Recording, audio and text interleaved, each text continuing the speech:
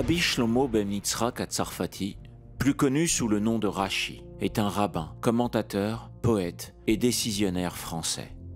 Il naît le 22 février 1040 à Troyes, en France. Il est l'auteur de commentaires sur la quasi-totalité de la Bible hébraïque. Devenus des outils indispensables, ces commentaires sont répandus dans l'ensemble du monde juif. Le père de Rashi est désigné dans son manuscrit par le nom de Saint Rabbi Isaac. Cela pourrait signifier qu'il est mort en martyr en refusant d'abjurer sa foi. Rashi le cite une seule fois dans son commentaire du Talmud. Si les noms de sa mère et de sa femme sont inconnus, on connaît en revanche les noms de ses 3 filles. Il leur enseigne son savoir, ce qui dénote d'une ouverture d'esprit exceptionnelle au Moyen-Âge. Il les marie avec ses meilleurs élèves qui reprennent le flambeau de la transmission et du commentaire. Enfant, Rashi se distingue par sa mémoire prodigieuse et passe pour un maître accompli à 18 ans. À 20 ans, il part étudier dans les écoles talmudiques rhénanes. D'abord 6 ans à Mayence, puis à la Yeshiva de Worms. Ces années passées en Allemagne permettent à Rashi d'étudier dans les plus importants centres talmudiques d'Europe et avec les plus grands maîtres. À 30 ans, il revient à Troyes et commence son activité littéraire et publique. Il fonde une école talmudique qui attire rapidement des élèves de toute l'Europe. Malgré sa renommée, il refuse de tirer profit de sa charge de rabbin et gagne sa vie comme vigneron. La tradition veut que Rashi ait eu l'idée de son commentaire en entendant dans une synagogue un père se tromper en donnant à son fils l'explication d'un verset. Rashi commente ainsi le Tanakh, compagnon indispensable de toute étude biblique chez les Juifs orthodoxes, le Talmud, et il écrit environ 300 réponses ou décisions halachiques. Il ne souhaite ni se lancer dans des discussions savantes, ni débattre de questions philosophiques ou théologiques ardues, mais seulement permettre de comprendre les textes écrits dans une langue antique. Un siècle avant Maïmonide, sa renommée est au moins aussi grande. Maïmonide s'exprime plutôt pour l'élite, alors que Rashi reste simple et modeste.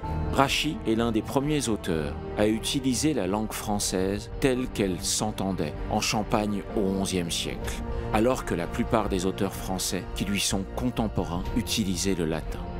Son commentaire, édité en marge du texte, est typographié à partir d'une semi-cursive italienne qui ne tardera pas à être connue sous le nom d'écriture Rashi. La fin de sa vie est marquée par des croisades et les massacres des communautés juives. Rashi est protégé par le comte de Champagne, mais pas un jour ne se passe sans qu'il entende une mauvaise nouvelle émanant des communautés rhénanes. Rashi meurt le 13 juillet 1105 à l'âge de 65 ans, à Troyes, où il est inhumé. Au fil du temps, l'emplacement approximatif du cimetière dans lequel il a été enterré a été oublié.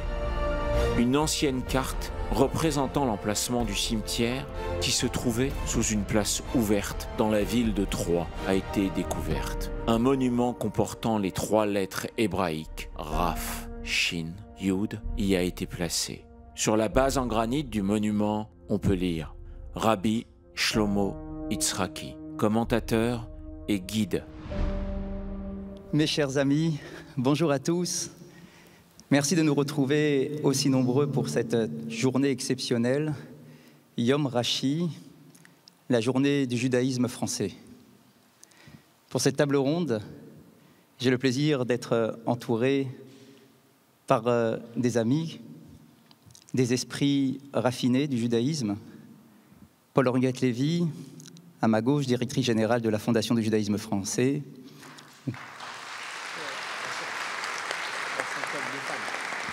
Vous avez été directrice d'antenne de RCJ, votre voix est reconnaissable parmi toutes les autres, responsable du département culture du FSJU. Merci d'être là. À ma droite, Isabelle Cohen, docteur en histoire des religions, chargée de mission culture juive de la Fondation de la mémoire de la Shoah. Merci également Ariel Toledano, médecin vasculaire, enseigne l'histoire de la médecine à Paris Descartes. Et vous êtes auteur de plus d'une vingtaine d'ouvrages. Et bien évidemment, Aharon Chaviv, le grand rabbin de France, Chaim Corsia,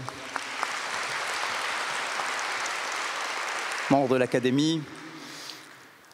Alors, mon rôle va être peut-être le plus délicat, parce que le thème est absolument passionnant. Rachi, jusqu'à nos jours, le génie du judaïsme.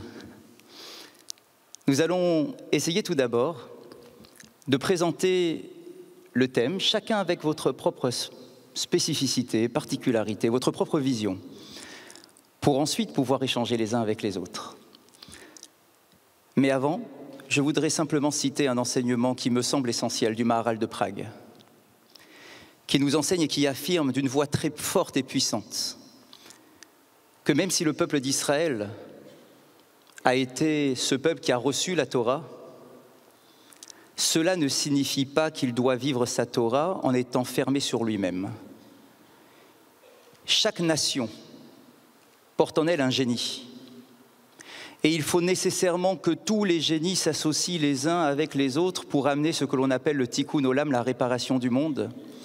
Et qu'on ne peut pas imaginer que lorsque l'on parle du génie du judaïsme, cela vient montrer une unicité de ce thème-là, mais qu'au contraire, nous devons comprendre que oui, il y a une spécificité, mais que cela n'exclut pas le fait que chaque nation ait sa propre spécificité et que chacun amène sa vision du monde et son apport de son génie avec un G majuscule. Alors, Monsieur le grand rabbin de France, il vous revient d'ouvrir notre débat, notre table ronde, et nous dire, d'après vous, quel est le génie du judaïsme? Qu'est-ce que le judaïsme a apporté depuis Abraham, depuis la nuit des temps? Voilà, c'est formidable. Cette introduction, vraiment, chers amis, c'est une façon peut-être de recadrer les choses. Il y a un génie du judaïsme, mais il y a autant de judaïsme que de société. Et puisque nous sommes réunis aujourd'hui autour de la personnalité éminente de Rachi, qui était profondément juif, ce qui en général est plutôt conseillé quand on est rabbin, et puis profondément français, je vais pouvoir plutôt aller sur l'idée de ce qu'est le judaïsme dans la vision typiquement française. Or, il se trouve, et c'est ça la magie de Rachi, c'est que puisque Rachi a fait le commentaire de la Bible et du Talmud pour l'ensemble du judaïsme du monde, il a donc instillé une part de génie français dans la façon que le monde entier a de comprendre la Bible et le Talmud. Quelle est la spécificité du judaïsme? C'est de mon point de vue le questionnement. Peut-être parce que le mot Adam en hébreu, a la valeur numérique de ma, qui veut dire quoi? Le judaïsme ne se satisfait jamais d'une réponse toute faite. Nous sommes capables, et on nous le reproche parfois, d'interroger les situations sur lesquelles plus personne ne pose jamais de questions. De la même façon, comme l'aurait dit Edmond Flegg, que nous sommes capables d'espérer alors que plus personne ne sait même envisager l'espérance. Donc ce principe, c'est le questionnement. Considérer que être humain, être juif dans une société, c'est aller chercher aux marges de la société qu'est-ce qui se passe, qu'est-ce qui se passerait si on faisait comme ci, si on faisait comme ça. Interrogeons ce qu'on fait. Trop souvent, en français, il y a une expression horrible qui est la suivante: faire quelque chose sans état d'âme. Un juif, c'est quelqu'un qui a toujours des états d'âme, parfois trop, mais au sens que il est toujours capable d'interroger ce qu'il fait, il ne fait rien mécaniquement. On voit bien que les mitzvot, par exemple les commandements, il y a l'obligation de les penser. C'est qu'on ne peut pas faire un commandement mécaniquement. La Torah le dit avec des mots merveilleux qui vous amèneront à faire quelques sous-titres en banc-titres dans l'émission. Melechet machashevet asra Torah. C'est un acte pensé que la Torah a interdit. C'est-à-dire que, au fond, qu'est-ce qu'apporte le judaïsme au monde? Une capacité à penser, y compris l'impensable. Et puis, la particularité de Rachi, en particulier, mais dans le judaïsme français, c'est l'obsession du mot juste. Rachi, d'un mot, parfois est capable de résoudre des questions immenses sur des passages de la Bible ou du Talmud. Et il emploie ces mots de manière tellement juste, y compris avec la phonétique de l'époque, du français de l'époque, que c'est la seule source aujourd'hui que nous avons pour savoir comment se prononcer cette langue qui était parlée dans cette région et qui va, à partir du traité de Villers-Cotterêts, devenir la base du français actuel. Donc on voit bien à quel point l'obsession du mot juste et l'obsession du questionnement amènent quelque chose de particulier dans notre société. Et posons-nous la question de savoir pourquoi tant et tant de savants, de philosophes, de musiciens, dans tous les domaines juifs, amènent leur façon d'aller au-delà de ce que tous les autres sont capables de faire. Parce qu'il y a une différence entre répéter avec talent ce que d'autres font et inventer une autre façon de penser. Et c'est peut-être l'apport majeur du judaïsme. Merci beaucoup. Paul Henriette, comment est-ce que vous voyez cette spécificité du judaïsme? Est-ce que pour vous, il faut l'attacher à de grandes personnalités juives qui amènent leur génie dans l'histoire de l'humanité, ou est-ce qu'il y a une vision encore plus large que cela? Alors déjà, passer après Chaim Corsia, honnêtement, c'est complexe. En tant que directrice générale de la Fondation, je me suis beaucoup interrogée justement sur ce que pouvait être le génie, et non pas les génies, mais le génie du judaïsme. Et de façon extrêmement pragmatique, j'en ai tiré 4 actes et un paradoxe. Le premier acte, c'est écrire, le deuxième acte, c'est étudier, le troisième acte, c'est commenter, et le quatrième acte, qui fait aussi paradoxe, c'est partager. Écrire, l'idée géniale de se dire on va écrire les débuts de l'humanité, on va l'écrire, Bereshit, le commencement. Parce que quand on écrit quelque chose, eh bien on pose le décor. Donc le décor est posé. Ensuite, il y a l'étude. Et là, on ne va pas demander, comme le disait Chaim, de répéter l'histoire, mais on va demander de la répéter, de la comprendre, de l'étudier à l'aune de qui on est. Ce qui fait qu'effectivement, cette étude est en mouvement permanent. Ensuite, il y a le commentaire. Alors là, le commentaire aussi, c'est quelque chose d'absolument, me semble-t-il, en tout cas, incroyable et très novateur, parce que dans ce commentaire, on va faire des propositions qui, là encore, vont s'adapter à l'époque et vont poser finalement toute cette histoire dans un infini intemporel. Et ensuite, il y a le partage et le paradoxe. Le partage, c'est que dans l'écriture, il y a des histoires, mais il y a des propositions. Il y a des lois, il y a des codes, il y a des interdits, il y a un certain nombre de propositions qui sont faites au monde. Ce qui rend tout cela universel, et en même temps, et c'est là le paradoxe, c'est un partage qui n'est pas prosélyte, c'est-à-dire que je partage ce que j'ai avec toi, mais je le fais dans une exigence de singularité et dans une exigence de différenciation avec toi. Et pour moi, le génie du judaïsme, c'est un peu tout ça. Et si on parle de Rashi aujourd'hui, eh bien, c'est la féministe qui va parler et qui va dire mais il avait tout compris. Il a tout compris bien avant tout le monde et il a dépassé toutes les époques. Parce que s'il y a bien un homme qui a été pour le féminisme une sorte d'exemple et de modèle, c'est bien Rashi avec ses filles qui leur a permis d'avoir accès à l'étude, qui leur a permis de pouvoir étudier. Et aujourd'hui, ça nous paraîtrait aberrant de se dire ah non mais c'est des filles, elles n'ont pas le droit, etc. Donc je crois qu'il y a tout ça, c'est-à-dire écrire, étudier, commenter, partager à l'aune de l'époque où on le fait. Alors, puisqu'on est en train de parler de Rashi, directement, de sa particularité, de sa vision si particulière, Ariel, vous avez écrit justement sur Rashi. On présente généralement Rashi comme un vigneron, chose qui n'est absolument pas si certaine que cela, mais dans vos écrits, vous avez justement mis en exergue une autre facette de Rashi, le Rashi médecin.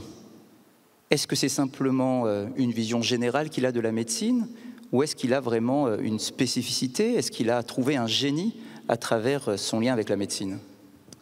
Je voudrais juste dire qu'en entendant le rabbin Chaim Corsia et Paul Henriette Lévy, à propos de la pensée et de cette réflexion sur le lien entre le particularisme et l'universel, ça m'a fait penser à un commentaire de Rashi, de l'Exode, chapitre 26, verset 1, pour ceux qui voudront aller voir après, dans lequel Rashi va donner un commentaire sur ce qu'il appelle les tentures du tabernacle, c'est-à-dire ce temple portatif dans le désert, et comment étaient confectionnées ces tentures.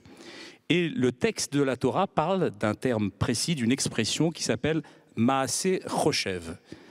Et vous voyez, il y a en tout cas une notion qui a été abordée par également quelqu'un qui a traduit un autre grand génie du judaïsme qui est Maïmonide. Salomon Munk évoque dans son Guide des égarés et dans l'introduction du Guide des égarés une notion qui s'appelle l'amphibologie. C'est-à-dire qu'en hébreu, chaque mot a au moins un double sens.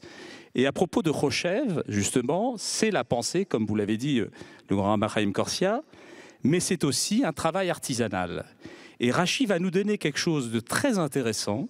Il va nous dire que ce travail artisanal tel qu'il était pratiqué pour les tentures du tabernacle était réalisé à travers une façon de broder qui permettait d'avoir d'un côté des représentations d'un aigle et de l'autre côté des représentations d'un lion.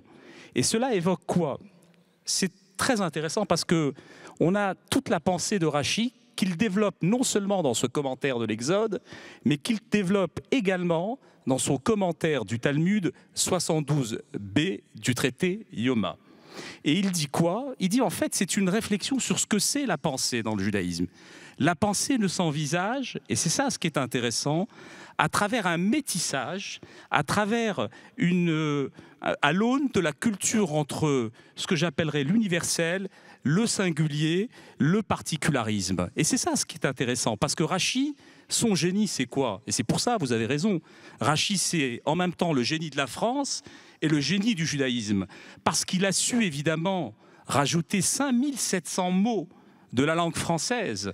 Et d'ailleurs, il a dit même que dans son commentaire de l'Exode, que c'est... Alors, je ne sais pas s'il y a un spécialiste de la broderie médiévale dans la salle de cette région de l'Aube, mais en tout cas, il dit qu'il y avait un mot en français qui s'appelle fez. Ce sont des ceintures de l'époque où il était brodé comme ça, deux types de visages de chaque côté de la ceinture. Les fez, je ne connais pas, donc je ne sais pas si ça existe, mais c'est le mot de Rachid en français dans le commentaire de l'Exode. Alors, simplement pour dire, le génie, c'est Rachid, c'est d'établir des ponts.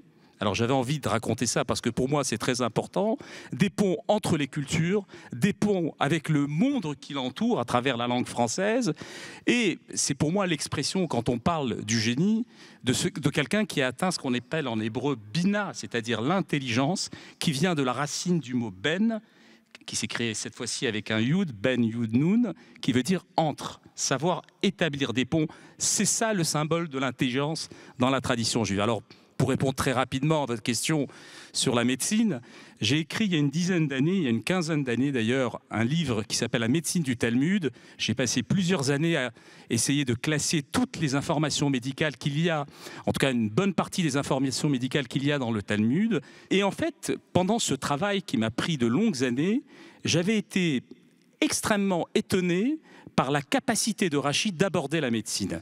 Il a des connaissances sur le plan de l'anatomie, sur le plan de la physiologie, sur le plan... Et ce n'est pas que livresque, parce qu'on est face à quelqu'un qui est un véritable clinicien. Et à ce moment-là, j'ai passé mon temps à chercher, est-ce que Rachid était médecin, est-ce qu'il avait pratiqué la médecine? Et je suis tombé sur quelque chose d'étonnant, c'est une différence entre la perception de Rachid chez les Juifs, dans la communauté juive, qui est avant tout le commentateur de la Bible et du Talmud, et Rachid dans le monde et les légendes non juives, les légendes de l'Aube, où Rachid est perçu comme un soignant, comme quelqu'un qui est capable de guérir. Donc vous voyez, il y avait ces deux perceptions. Donc ça m'a interpellé cette vision de Rachid soignant, et je me suis dit, bon, il faut en savoir beaucoup sur Rachid, et comment, il faut être objectif. Rachid reste un mystère, c'est vraiment le personnage qu'on a du mal à cerner, même si on est à 3. Et on peut dire que la seule manière que l'on peut avoir des informations sur Rachid, il faut les prendre dans son commentaire. Merci. Alors, Isabelle, est-ce que l'on peut parler d'un génie à la française du judaïsme ? Puisque voilà, on est en train de resserrer l'étau, de se concentrer véritablement sur le personnage, la personnalité de Rachid, son approche particulière. Est-ce qu'il y a une rencontre entre la culture française et la culture hébraïque ? Merci beaucoup pour votre question. Cette idée de, comment dire, d'un dialogue particulier entre l'âme juive et l'âme française, on la rencontre tout le temps quand on étudie nos textes. Pour moi, le judaïsme à la française, son génie, c'est qu'il consiste en un double mariage réussi. Le mariage d'un côté du cartésianisme et de l'autre côté, autre mariage, entre l'âme ashkénaze et l'âme séfarade. C'est-à-dire que d'un côté, on a cette aptitude à conceptualiser, à classer, à mettre de l'ordre, à synthétiser aussi. Et puis, d'un autre côté, l'union de l'âme ashkénaze et de l'âme séfarade, c'est la métaphysique juive. Alors, la métaphysique, on pourrait dire. Donc, on a le cartésianisme et la métaphysique. À d'autres endroits, ce mariage marche quand même, mais en France, moi, il m'a semblé qu'il avait été particulièrement favorisé par le creuset républicain. Et en plus, Tseref, qui est la racine de Tzarfat, ça veut dire précisément le creuset. Tzarfat, ça veut dire la France, et Tseref, c'est le creuset. Et puis, je me suis aperçue, en étudiant beaucoup nos commentateurs, que ça datait au moins du Moyen-Âge, avec un judaïsme du Nord, un judaïsme d'Oil, avec les Tosafistes, donc les descendants de Rachi, spirituellement, et puis Hoc, c'est-à-dire plutôt la Provence et les kabbalistes. Et cette rencontre entre le cartésianisme et la métaphysique, qui est vraiment notre, c'est comme ça qu'on pense, nous. C'est-à-dire qu'on est tout à fait à l'aise dans les humanités gréco-latines, dans les sciences humaines, l'histoire, l'anthropologie, la philosophie, ça ne nous fait pas peur. Comme ça n'a jamais fait peur à tous nos plus grands, dont par exemple Maïmonide, qui était parfaitement en prise avec le contexte intellectuel, la vie intellectuelle de leur époque et les plus grands de leur époque, qui n'appartenaient pas à notre civilisation et qui étaient complètement immergés dans la tradition juive. Et ça, pour moi, ça explique la très très grande, il faut vraiment qu'on le sache, qu'on en soit conscient et qu'on en soit heureux et que ça nous donne de la force, ça explique la puissance intellectuelle et je pense aussi spirituelle du judaïsme à la française. Donc ça, c'est un premier point. Et ça nous permet de penser le monde, comme tu l'as dit, Paul-Henri, donc au moment M, là où on en est, sur l'axe, cet axe eschatologique, cette promenade dans le temps, qui est la promenade juive, qui va vers une belle fin du film de l'humanité. C'est pour ça qu'on est capable d'espérance, parce qu'on sait que ça va bien se terminer, et on est capable de penser ça à tout moment, grâce à cette double, le fait qu'on saisisse les deux. Donc, ce mariage, il est ancien. On sait qu'il y a des juifs en France, en Gaule, etc., à peu près, en tout cas, c'est sûr, le 1er siècle après l'ère chrétienne, donc c'est pas d'ici. On parle d'aujourd'hui. On parle très souvent de la dette que les autres civilisations ont à notre égard, pas simplement le fait qu'on ait donné le monothéisme au monde, mais que chaque judaïcité a apporté au pays dans lequel il était, mais on peut aussi parler de la dette que nous avons, que l'âme juive, dans cette double dimension ashkénaze et séfarade, a à l'égard, précisément, de l'âme française, et pour la mise par écrit de corpus qui ont été pour nous fondamentaux. Alors on parle de Rachi, donc je ne vais rien dire de plus que ce que vous avez dit, mais on peut parler aussi de la mise par écrit du Zohar, qui est le texte fondateur de la Kabbale. C'est parce qu'il y a une discussion, une polémique ou une controverse entre la France du Nord juive, pour reprendre l'expression de la France juive du Nord, les Tosafistes, et les kabbalistes de Provence, en particulier à travers Abraham, avec Abraham ben David de Posquière, à propos de Maïmonide, donc on ne va pas tout développer, mais c'est quelque chose de tout à fait extraordinaire. Donc à propos de Maïmonide, il y a disputation entre les Juifs du Nord et les Juifs du Sud. Et alors qu'est-ce qu'on décide ? Il faut vite mettre le Zohar par écrit, et ça va se faire certes en Espagne, mais à cause de cette discussion qui a eu lieu en France. Et puis pour moi, une troisième dette qu'on aurait, c'est tout simplement toute la mission d'Herzl, parce qu'il était journaliste en France, qu'il a vu cette France se déchirer à propos de l'affaire Dreyfus, il se dit c'est pas possible, il faut que le peuple juif redevienne sujet de son histoire et qu'il puisse ressusciter l'État d'Israël. Et donc ces fruits du mariage entre l'âme juive et l'âme française ont été déterminants pour nous aussi du point de vue intellectuel et spirituel, mais je pense que c'est parce que aussi, c'est pas juste il y a des outils dans la boîte à outils, c'est au service d'un idéal commun pour l'humanité qui est un peu de type messianique dans les deux cas, enfin nous c'est sûr, mais aussi du côté français, c'est-à-dire pour nous le messianisme, si on reprend juste Maïmonide, c'est pas Harry Potter, c'est que à un moment donné, à la fin, on va accéder à la paix universelle et à la prospérité universelle, et plus l'idée de la dignité de chaque homme. Et ça, on l'a chez nous, mais on le retrouve très très bien. Ce souci, on le retrouve dans la civilisation française, et on sait bien que les droits de l'homme étaient parfois représentés comme des tables de la loi. C'est-à-dire, et donc en fait, pour moi, et c'est là-dessus que je voudrais conclure, si on a tout ça en commun, c'est-à-dire cette espèce de puissance, là, d'absence de... On n'est pas comme il n'y a pas de pruderie, il n'y a pas de pudibonderie face à l'objet de savoir. On y va avec la Kalachnikov, si je puis dire. Mais c'est pas, et donc c'est mis au service d'un certain idéal d'humanité très exigeant et surtout très généreux, parce que ce que je crois, et au fur et à mesure de mes lectures, c'est que, alors c'est une discussion, hein, vous pouvez ne pas être d'accord avec moi, mais ce que je pense, c'est qu'on a la même valeur fondamentale, civilisation juive et civilisation française, c'est ce qu'on appelle nous le chesed, c'est-à-dire la générosité. Voilà. On n'aime pas que ça souffre. Merci. Je voudrais vous entendre tous les quatre pour nous aider, à nous tous, pour essayer de bien faire la part des choses. Tous les matins dans la tradition juive, lorsqu'on ouvre nos yeux en nous réveillant, on rappelle la bénédiction de la Torah, où nous affirmons avec une voix forte du matin « Asher bachar banu mikol ha'amim » Tu nous as choisis parmi les nations en mettant en évidence une spécificité. On est singulier au sein des nations. Comment est-ce que l'on fait pour ne pas s'enfermer dans cette singularité? Si on parle de génie, c'est que nous sommes ouverts vers l'universalisme. Comment mêler les deux notions en même temps, en parallèle? C'est-à-dire, comment ne pas s'enfermer dans notre propre identité et être ouvert vers le monde qui nous entoure, mais d'un autre côté, comment être ouvert vers le monde qui nous entoure tout en entretenant notre propre spécificité sans être absorbé par les nations et les cultures qui nous entourent? Pour moi, c'est simple. J'allais presque dire c'est mécanique et c'est une évidence. L'une des vocations du judaïsme, c'est d'être ce qu'on appelle en hébreu Or Lagoïm, une lumière pour les nations. Porter le message qui est le nôtre, mais le porter aux yeux du monde.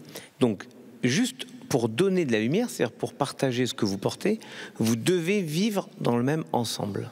Pourquoi c'est important? Et pourquoi on ne peut pas envisager le judaïsme comme un enfermement? Tout simplement parce que notre obsession, et c'était formidable ce que vous avez dit tous, c'est qu'une fois qu'on a porté tout ça, notre obsession, c'est de le transmettre. C'est Elie Wiesel qui disait cela. Vivre une expérience, ne pas la transmettre, c'est la trahir. Donc le principe, c'est la transmission. Et c'est là qu'on arrive à une sorte d'injonction paradoxale dont tu parlais. Parce que pour transmettre une expérience ou transmettre un enseignement, il faut le transmettre de la même façon. Mais en même temps, on doit être mechadesh, on doit renouveler, inventer. Comment on peut inventer et transmettre en même temps? Eh bien, c'est le génie du judaïsme. Et donc, à penser pour l'ensemble de la société, pas juste nous. Parce que c'est une grande règle. Si on cherche du bien que pour soi, alors on est toujours confronté à la misère des autres. Or, chaque fois, c'était encore Flegg, ce poème de Flegg merveilleux, chaque fois qu'il y a de la misère dans le monde, tu souffres avec ceux qui souffrent. Et donc on ne peut pas imaginer penser le bien pour une communauté ou un groupe humain sans le vouloir, le penser pour l'ensemble de la communauté nationale, mondiale, en fait pour tous les humains, parce que c'est la seule façon d'envisager le monde. Vous m'avez transmis la dernière fois, lorsque nous discutions au téléphone pour préparer notre échange, que votre papa vous disait « tu n'es pas non-croyant ». Oui, il disait tu as un manque de connaissances. Exactement, il disait tu n'es pas athée, tu es ignorant. Exactement. Et ça, c'est une façon effectivement de pouvoir s'inscrire dans un futur qui montre son chemin. La question que vous posez, Didier, c'était mon acte 4, partage et paradoxe. Je pense à quelque chose, j'ai lu un article d'un scientifique qui disait le drame de la science aujourd'hui, enfin un des drames de la science aujourd'hui, ça peut être que tout le monde parle en anglais, parce que c'est plus facile pour se comprendre, donc tous les scientifiques parlent la même langue, ça facilite les échanges, et en même temps, le fait de parler des langues différentes nous permet d'imaginer les choses différemment, c'est-à-dire qu'on n'a pas la même structure de pensée, et que donc l'imagination est différente. Donc on gagne, mais on perd beaucoup. Je crois que le judaïsme n'a pas pour objectif que tout le monde pense de la même façon. C'est pour ça qu'il n'est pas prosélyte. Je crois qu'il donne des exemples, il montre un certain nombre de choses, il fait des propositions, et ensuite il est très jaloux de sa spécificité et tient à ce que les autres demeurent qui ils sont, pour pouvoir justement, et ça rejoint, me semble-t-il, ce que disait le grand rabbin, continuer d'inventer, que lui puisse continuer d'inventer dans sa logique et que les autres aussi puissent devenir des apports pour inventer. Et parce que toutes ces imaginations vont se retrouver, parce que toutes ces différences vont se réunir, alors là, quelque chose peut effectivement arriver. Cette idée me parle beaucoup personnellement. Ça me fait toujours penser à ce commentaire de la Torah au moment du recensement du peuple d'Israël, où on nous dit que Moshe a été à la rencontre de tous les membres du peuple d'Israël. Il ne s'est pas contenté d'avoir le numéro, le chiffre de membres dans telle ou telle famille. Il a voulu créer un contact avec chacun. Pourquoi? Parce que lorsque l'on parle de recensement, il y a le danger effectivement de manque, ou plutôt d'uniformité qui est dangereuse et qui enferme. Et là, du coup, on va diversifier, on va ouvrir tous les champs des possibles en montrant que chacun doit amener sa part de génie à l'ensemble de la société. Isabelle? Moi, je suis vraiment tout à fait en phase avec ce que vous dites. Si on rappelle que le peuple juif est au service de l'humanité. En fait, il est là pour aider l'humanité à faire ce tikkun olam, c'est-à-dire cette réparation du monde. Et le but, justement, donc après la fin des temps messianiques, etc., c'est cet idéal de fraternité qui doit être réalisé. Quand on parle de paix universelle et de prospérité universelle, en fait, on parle de rien d'autre que de fraternité. Donc, qui dit fraternité dit éloge de la différenciation, même plus que la différence, c'est-à-dire cet effort constant de ne pas fusionner avec l'autre ou de ne pas le ramener à nous-mêmes, et d'une manière très très concrète, ce que raconte le chassidisme, c'est-à-dire cette vulgarisation de la Kabbale, c'est que pour arriver à ça, un des moyens que le peuple juif serviteur de l'humanité a à sa disposition, c'est de mettre à l'abri les étincelles de chaque peuple, c'est-à-dire du génie de chacun des peuples. Et du coup, grâce à votre question, je comprends mieux ce que je vous ai dit tout à l'heure, c'est-à-dire que là, finalement, c'est ça qu'on vit. Si un des génies de la civilisation française, c'est ce cartésianisme et aussi cette affirmation de la dignité de l'homme, on voit que ça, nous, on l'a vraiment chéri. Ça nous a permis de métaboliser encore mieux notre propre idéal d'humanité, et que finalement, nous, les héritiers de ce magnifique judaïsme à la française, qui ressuscite de manière magistrale avec l'école d'Orsay, nos grands maîtres, Lévinas Manitou, Gordin, Eliette Amado, Lévi Valenzy, André Neher, et nous, aujourd'hui encore, c'est exactement ça qu'on illustre. Permettez-moi une question délicate. Il nous faut également poser cette question, à mon avis, pour que tout soit bien clair. Et aussi pour vous entendre, réagir, interagir les uns avec les autres. Vous parlez de rencontres, vous parlez de mission du peuple d'Israël, d'aller à la rencontre et de transmettre les lumières du judaïsme. Mais lorsque les nations refusent, se ferment à cette rencontre, je lisais un commentaire avant ce Shabbat qui rappelait une date funeste de l'histoire du judaïsme français. Le vendredi 9 Tammuz de l'année 1242. On a pris 24 charrettes pleines de Talmud et nous avons, sur la place de Grève, brûlé les Talmuds, c'est-à-dire il y a un refus. La nation ne veut pas être fécondée ou avoir une relation avec le judaïsme. Alors comment est-ce que l'on peut avoir cette vocation si, que ce soit la France ou les autres pays, les autres nations, les autres cultures, refusent cet apport, cette particularité que l'on voudrait leur initier? Je vous rassure, depuis le Talmud a été réimprimé et il est diffusé partout. En revanche, les noms de ceux qui ont brûlé ce Talmud, vous ne le savez pas, sauf ceux qui ont dirigé et ils sont dans les puits de l'oubli de l'histoire. Donc le principe, il est exactement comme dans la Bible. Lorsque Isaac vient, c'est dans la Genèse, lorsque Isaac vient sur les terres où son père avait creusé un puits que les Philistins avaient bouché, Isaac recreuse le puits. Que font les Philistins? Ils rebouchent le puits. Que fait Isaac? Il recreuse le puits. À la fin, les Philistins se lassent. Le principe, c'est nous sommes obstinés à transmettre. On veut entendre, formidable. On ne veut pas entendre, on continue. Et d'une autre façon. J'aime l'idée qu'effectivement, un athée, c'est souvent quelqu'un qui n'a pas assez appris. Mais regardons que, par exemple, quelqu'un comme Bergson, dont on ne peut pas dire que ce soit un pilier de synagogue, c'est le moins qu'on puisse dire. Mais Bergson, à sa façon, il a transmis quelque chose, il a pensé le monde avec un tropisme juif. Alors on pourrait dire, est-ce que c'est important, pas important? Peu importe, dans sa façon de voir. Regardez les études qu'il y a contemporaines, je parle d'études archi-contemporaines, sur l'influence du judaïsme sur l'œuvre de Proust. On peut discuter, on peut aimer, on peut ne pas aimer. Mais n'empêche que d'une autre façon qu'avec des rabbins barbus, parce que parlons clairement, même s'il y a des rabbins qui ne sont pas barbus, il est très bon. Mais imaginons, il y a d'autres façons de transmettre le judaïsme qu'en disant voilà ce que dit la Torah. Il y a une façon de s'occuper du monde. Je pense que on a eu beaucoup de médecins qui ont fondé par exemple Médecins sans frontières. Est-ce que c'est très juif ou pas? Je ne sais pas, n'empêche qu'ils étaient là. Regardons le nombre de juifs qu'il y avait autour de Martin Luther King pour défendre les droits civiques des Noirs aux États-Unis. Est-ce que c'était parce qu'ils étaient juifs ou pas? Je ne sais pas, ils étaient là. Regardons que chaque fois qu'il y a une inquiétude pour l'autre, elle peut se manifester avec un étendard religieux et elle peut se manifester avec un étendard humaniste. L'un et l'autre vont très bien parce qu'ils se rencontrent dans ce verset « Tu aimeras ton prochain comme toi-même ». Et on parle que de l'altérité, la fraternité. Paul Henriette, que pensez-vous de la réaction que nous devons avoir face éventuellement à un refus effectivement des nations? D'abord, pour revenir sur ce que disait Chaim à propos de Bergson, il a travaillé sur le temps beaucoup, alors que Proust a travaillé, me semble-t-il, lui aussi sur la recherche d'un certain temps perdu. Et on sait que la temporalité et le temps dans le judaïsme tiennent une place qui est une place... C'est le livre incroyable de Échelle, Les bâtisseurs du temps. Mais voilà. Moi, je préfère le passage, enfin, quand Bergson travaille sur le rire, ça me correspond mieux, tu vois.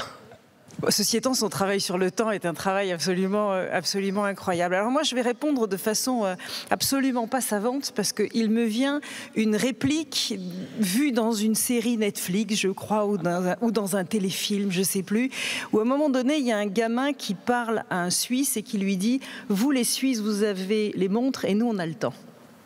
Eh ben, c'est la réponse que je vais vous donner, c'est-à-dire que nous avons le temps et ça rejoint évidemment l'obstination, la mission intrinsèque de transmission, de donner, de faire, d'apprendre, tout ça est la même histoire. Donc de façon extrêmement brève, voilà, je ne peux dire que ça, vous avez les montres et nous avons le temps. Et Isabelle? Mais moi, quand on regarde l'histoire juive et l'histoire de la pensée, à part évidemment pour ce qui concerne l'Extrême-Orient, mais toutes les sphères, les aires qui qui sont sous les ailes du monothéisme, dans tous les pays, il me semble, Chaim, dites-moi, que la rencontre, elle a toujours eu lieu à un moment donné. Et peut-être qu'après, les portes se sont fermées, mais au moins cette interfécondation, il me semble qu'elle a toujours eu lieu. Après, la question, évidemment, qu'on peut, le prolongement de cette question, c'est quand on est vraiment en danger. Si c'est notre pensée qui est en danger, notre pensée, elle ne sera jamais en danger. C'est le judaïsme, il est éternel, et Israël est éternel, on n'a aucun souci à se faire, et la terre d'Israël, elle est éternelle. Mais si par contre le peuple juif est en danger, et non pas sa pensée, il a évidemment le devoir de se défendre, et puis c'est tout. Et puis ça veut dire que sa mission, elle est ailleurs. Il a fait le job là, et puis qu'il le continue ailleurs.